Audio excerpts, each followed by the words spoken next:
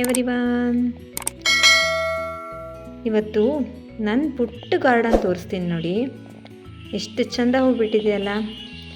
ಇದು ಒಂದು ರೀತಿಯಾದಂತಹ ಗೌರಿ ಹೂ ಅಂತೀವಿ ನಾವು. ಇದಕ್ಕೆ ತ್ಯಾರಾಳು ಹೂ ಅಂತೀವಿ.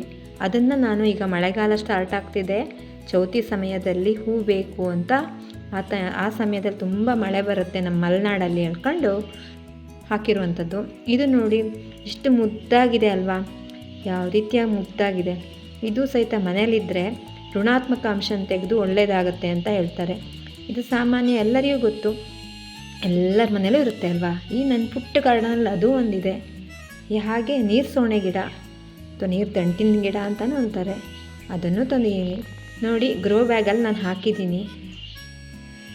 ಹಾಗೆ ಗ್ರೋ ಬ್ಯಾಗಲ್ಲಿ ಮೊನ್ನೆ ಒಂದು ಹಲಸಿನ ಮೇಳಕ್ಕೆ ಹೋದಾಗ ಬೀಜ ತಂದಿದ್ದೆ, ಅದನ್ನೂ ಹಾಕಿದ್ದೀನಿ.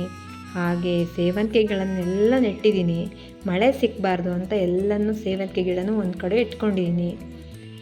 ಮತ್ತು ನಾವು ಭೂಮಿ ಹುಣ್ಣಿಮೆಗೋಸ್ಕರ ಸೌತೆಕಾಯಿನ ಬೆಳ್ಕೊತಾ ಇದ್ದೀವಿ ನಾವೇ ನೋಡಿ. ಅದಕ್ಕೋಸ್ಕರ ಪುಟ್ಟದೊಂದು ತರಕಾರಿ ತೋಟ ಅಂತಲೇ ಹೇಳ್ಬೋದು. ಈ ತರಕಾರಿ ತೋಟನ ಸಹಿತ ನಿಮ್ಗೆ ತೋರಿಸ್ತಾ ಇದ್ದೀನಿ.